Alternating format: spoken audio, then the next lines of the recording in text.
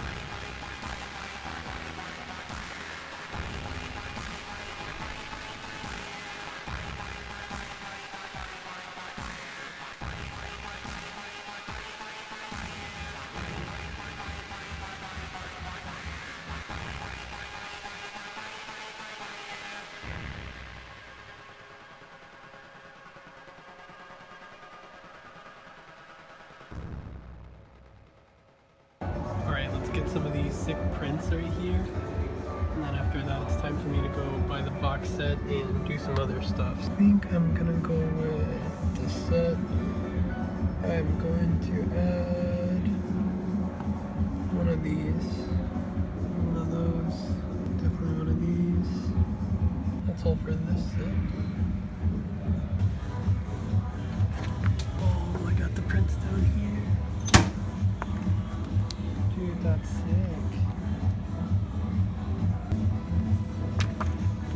This one, oh, dude, I love this picture so much. Sick. I think I'm gonna get some more of these. Definitely gonna get this one right here. Check out. Alright guys, welcome to the official Devilman Crybaby exhibit held in Shibuya, Tokyo. This was at the Tower Records in Shibuya on the very top floor.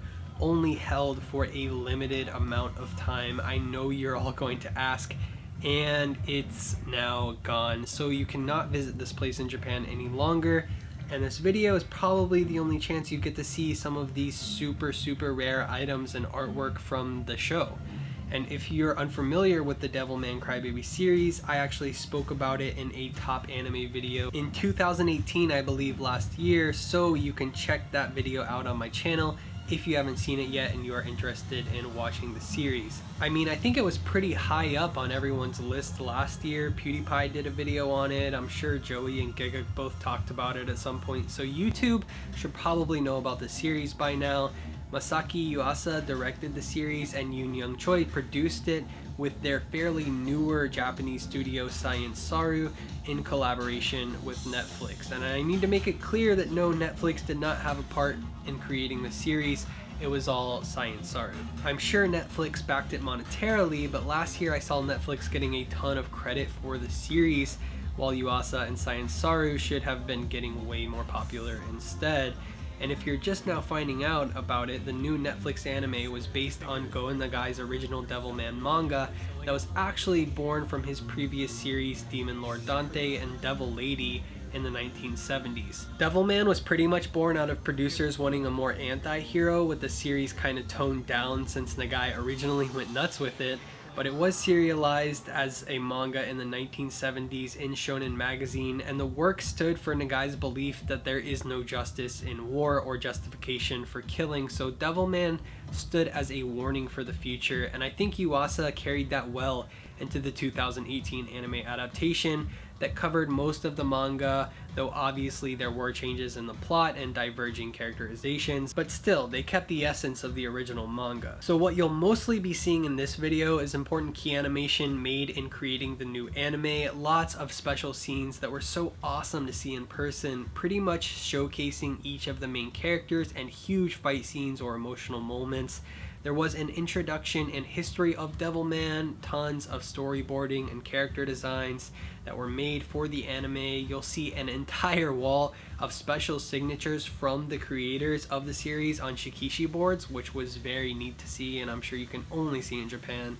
And pieces of some of the scenes were collaged together to showcase major scenes between this glass plating. That was very cool and interesting. They had a really cool layout for the exhibit. They did also have the Japanese Devilman Crybaby Blu-ray box set that includes some cool stuff with gifts that was only attainable at the exhibit, so I had to buy that. And works from the art book inside the box set were actually displayed across the walls, so I'm very excited to open this box set. I still haven't yet. I'm not sure if I'll do an unboxing in this video, but I definitely want to do one for the channel at some point.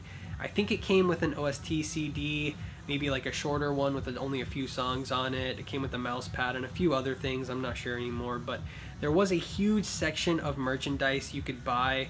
Old school Devilman framed prints, which were very expensive. I know I got a phone battery charger and some other stuff.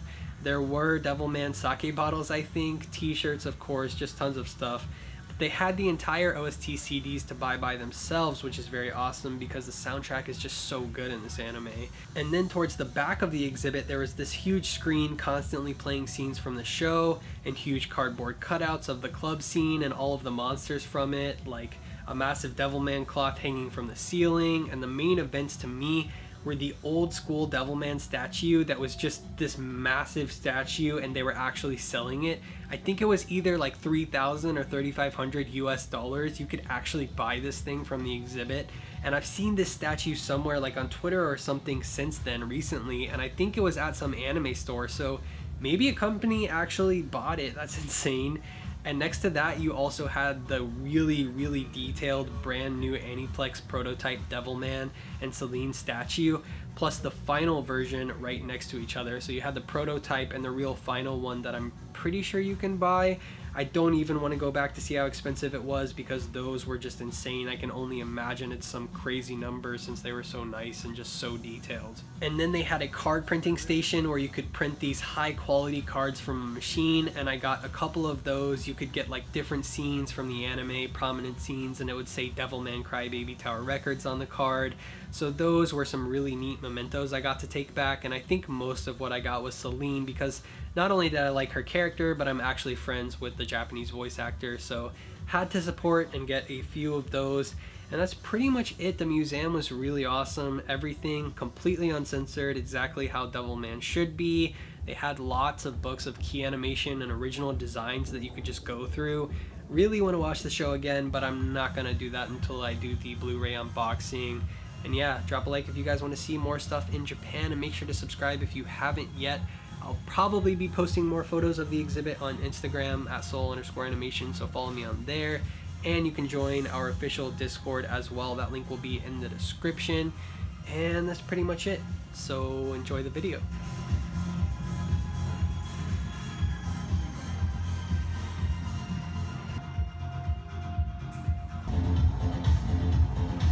Pretty sure this is the art book that comes with the Blu-ray.